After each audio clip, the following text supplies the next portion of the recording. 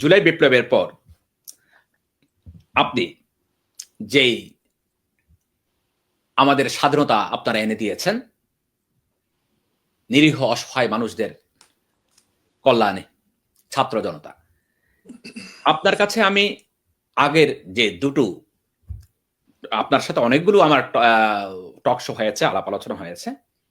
আপনারা আগামীতে আপনারাই ক্ষমতায় আসবেন।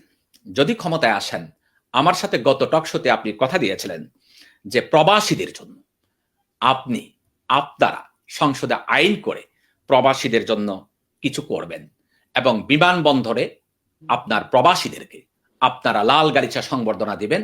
এই কথাগুলো বলেছিলেন। যদি ক্ষমতায় আসেন, এই কথাগুলো প্রবাসীদের জন্য কি কি করতে চান, কি কি করবেন, কথা দিতে পারবেন মোশাররফ ভাই? ধন্যবাদ আপনাকে। আসলে অনেক আপনার সঙ্গে একাধিকবার আমার কথা হয়েছে বিভিন্ন অনুষ্ঠানের মধ্য দিয়ে। আমি সত্যিকারে অর্থে আপনাকে বলতে চাই, আপনাদেরকে জানাতে চাই যে বাংলাদেশ জাতীয়তাবাদী দল বিএনপি, আমাদের পার্টির ভারপ্রাপ্ত চেয়ারম্যান জনাব তারেক রহমান অত্যন্ত খুব সুন্দরভাবে সারা বাংলাদেশে যেভাবে তিনি এই দুর্যোগকালীন সময়ে বাংলাদেশের যখন গণতন্ত্রহীনতায় ভুগছিল, বাংলাদেশের মানুষ যখন গণতন্ত্র থেকে ছিটকে পড়েছিল, বাংলাদেশের প্রত্যেকটা মানুষ যখন শঙ্কিত ছিল, তখন এই আশার আলো দেখানোর জন্য আমাদের পার্টির চেয়ারম্যান, ভারপ্রাপ্ত চেয়ারম্যান তিনি কিন্তু বারবার বলেছিলেন যে গণতন্ত্র পুনঃপ্রতিষ্ঠার জন্য আমরা কাজ করে যাচ্ছি এবং সে কাজ আমাদের একসময় না একসময় সাফল্য বয়ে আনবে। তো আমরা দেখতে পেলাম যে আমাদের এই কাজগুলো দীর্ঘদিন ধরে চলছিল। বছরের বছরের পর বছর, যুগের পরে যুগ। তারপরে গত ৫ই আগস্টের জুলাই বিপ্লবের ছাত্র এবং জনতার যে গণ অভ্যুত্থানের মধ্য দিয়ে বাংলাদেশের এই সরকারের পতন ঘটেছে। আল্লাহর কাছে লাখো কোটি শুকরিয়া আদায় করছি। পরম শুকরিয়া আদায় করছি দেশবাসীর কাছে যে দেশবাসী দেশের ক্রাইসিস কালীন মুভমেন্টে সবাই একত্রিত হয়েছিল। পেশাজীবী, শিক্ষক, কুমার, কামার, চাষী, বিভিন্ন সঙ্গীত শিল্পী, সকল শ্রেণীর মানুষ। এটা আমাদের জন্য একটা বড় পাওয়া ছিল। আর আমরা দেখেছি যে জুলাই বিপ্লবের এইখানে আমরা সবচেয়ে খুশি হয়েছি যে দেশের মানুষ তাদের হারানো গণতন্ত্র ফিরিয়ে পেয়েছে। ইনশাল্লাহ আমরা কথা দিয়েছিলাম, আমি আপনাকে বলেছিলাম, আমার পার্টির ভারপ্রাপ্ত চেয়ারম্যান তিনি অত্যন্ত সুচারু এবং সুচিন্তিত বক্তব্য জাতির উদ্দেশ্যে দিয়ে যাচ্ছেন, যেটা জাতিকে কিন্তু বিগত সময় বিভ্রান্ত হয়ে গিয়েছিল। তার বক্তব্য ইতিমধ্যে সারা বাংলাদেশের সকল মিডিয়ায় প্রচারিত হওয়ার পর বাঙালি জাতি তার বক্তব্যের প্রতি আশ্বস্ত এবং বিশ্বস্ত হতে পেরেছে, বিশ্বাস অর্জন করতে পেরেছে।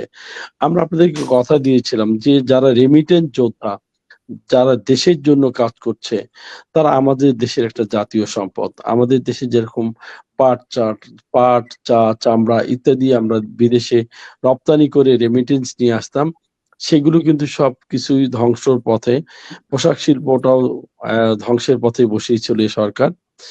বিশেষ করে এই যে রেমিটেন্স যোদ্ধা যারা দেশে এবং বিদেশে আমাদের দেশের জন্য সম্মান বয়ে নিয়ে এসেছে, আমাদের দেশের অর্থনৈতিক চাকাকে সবচাইতে বড় চালিকা শক্তি হিসাবে রূপান্তরিত করেছে, এই মানুষগুলোর অবদান আমরা সব সময় হৃদয় ভরে স্মরণ করি। শুধু আমি নয়, বাংলাদেশ জাতীয়তাবাদী দল বিএনপি এবং বিএনপি পরিবার, বেগম খালেদা জিয়া এবং আমাদের তারুণ্যের অহংকার জনাব তারেক রহমান, আমরা অবশ্যই কথা দিচ্ছি প্রবাসী ভাইদের যে অর্থ বাংলাদেশে এসে দেশের রেমিটেন্সকে আজকে বেগবান করছে।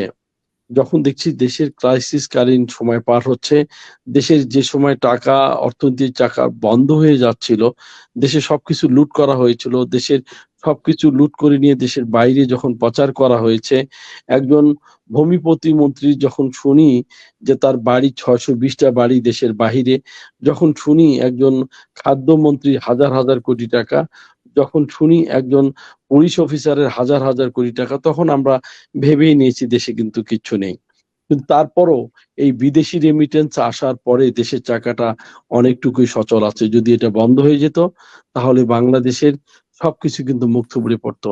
তাই এই বীর সন্তানদেরকে আমরা জানাই তাদের শ্রমে, তাদের ঘাম ঝরানো অর্থ বাংলাদেশের যে ভূমিকা রাখছে, ইনশাআল্লাহ বিএনপি যদি ক্ষমতায় আসে, আমাদের পার্টি যদি ক্ষমতায় আসে, আমরা কথা দিয়েছি তাদেরকে সর্বোচ্চ সম্মানে সম্মানিত করা হবে।